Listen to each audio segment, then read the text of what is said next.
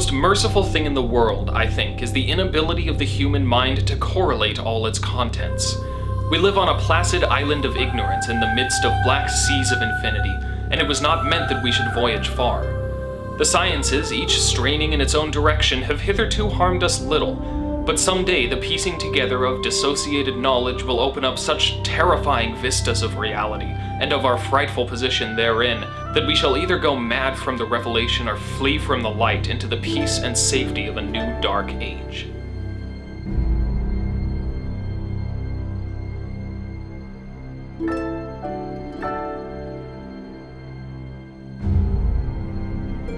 Hello, and welcome to Games as Lit 101. That quote from H.P. Lovecraft's famous and beloved short story, The Call of Cthulhu, sums up the genre of Lovecraftian horror beautifully.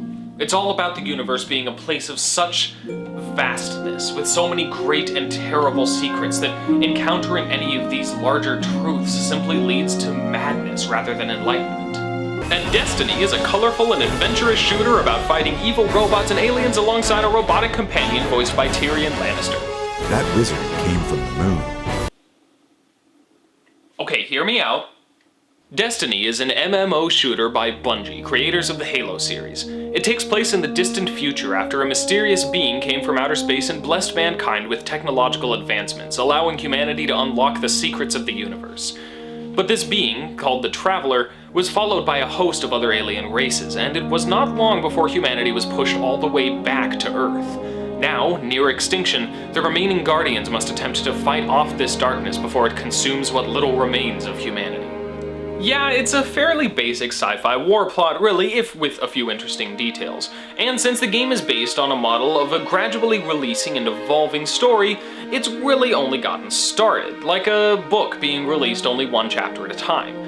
The base game is the prologue, the first expansion is Chapter 1, and Chapter 2 was only just released as of the making of this video, so we don't know if the story's gonna make much of itself yet. That said, the game has managed to make quite an interesting world for itself. The story thus far is pretty sparse, but the world of Destiny is so massive in scale and filled with so much mystery.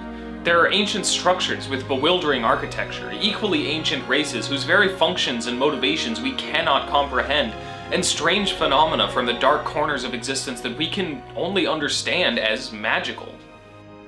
You know, that sounds kind of familiar.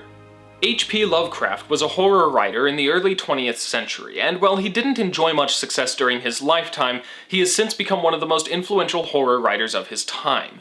His most famous literary contribution was the Cthulhu mythos, which I'm sure most of you have heard of at least once.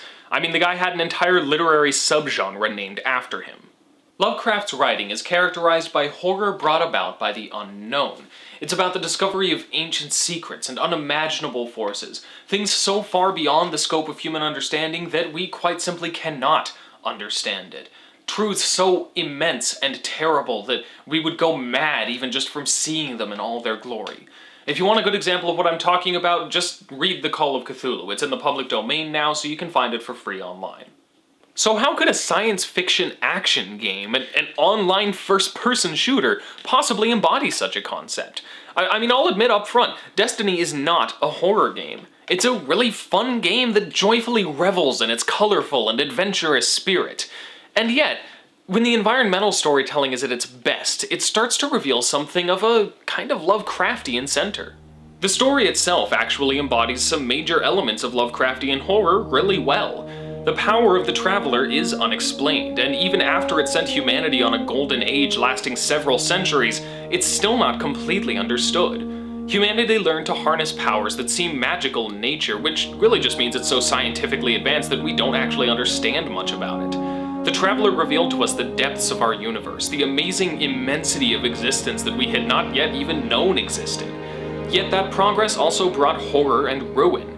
This discovery led to darker truths, horrifying creatures, and powerful forces we could not have hoped to understand. In the immensity of our progress, we began to see what we were never meant to see, what we simply cannot yet bear to know. And by the time Destiny begins, that knowledge has almost destroyed us completely. The Traveler protects the one remaining city it can, and humanity has fallen into a new dark age. The first expansion, The Dark Below, introduces a major character that has been horribly changed by her time in the depths of the Hive's lair on the moon, and every weekend you can buy strange and powerful items from a mysterious figure who we still know very little about. And as you explore further in the story, and even further into the crazy activities like the Vault of Glass, the environments become really unsettling. You'll see gargantuan caverns with no apparent end, navigate an underground maze patrolled by unique and immensely powerful beings, and even face a powerful enemy that has unexplained control over time and space. The environments give you a strange feeling of curiosity and dread. You begin to wonder what could have created this, what else is here, how ancient and powerful these beings must be. And indeed, the game does not take it easy on you. The raids in particular are supremely difficult, and so complex in their mysterious processes that the first group to take on the Vault of Glass took 11 hours to complete it. You're facing an enemy of immense power that is even now unexplained in the context of the story. So despite the enjoyable science fiction adventure that Destiny gives us, the depths and themes of the story and world deliver on the exact same kinds of themes that Lovecraft used to fuel his horror stories. Now, of course, there's still a huge tonal difference. Destiny is fun, it's colorful, and discovery is a joy rather than a horrifying experience. And yeah, this is the major difference between the game and Lovecraft's writings. Whereas he used the terrible nature of these things to inspire horror, Destiny seems to relegate that element of the story to history, and it uses the terror of the unknown mostly to communicate the immensity of the odds against us. This isn't the point where we run and hide, this is the point where, after all of that, we fight back. That element isn't particularly Lovecraftian, but the game still manages to unsettle us with its esoteric environments and the looming cloud of mystery shrouding our enemies. And who knows, I mean, Destiny's story has only really just gotten started, so maybe there's a darker future in store for us beyond the adventurous spirit of the game so far. I think it's safe to say there's more to Destiny than meets the eye, and time will tell if this Lovecraftian reading holds up in the bigger picture. So let me know what you think of all this in the comments. Let's add to the discussion surrounding this game. And of course, if you like the show, don't forget to subscribe and check out the Patreon if you want to support it. Next week, we're going to be taking on a trope that's pretty important to talk about before we dive into the analysis of Shadow of the Colossus in a couple weeks. The damsel in distress. What it is, why it can be a problem, and when it might not be. So, until then, class dismissed.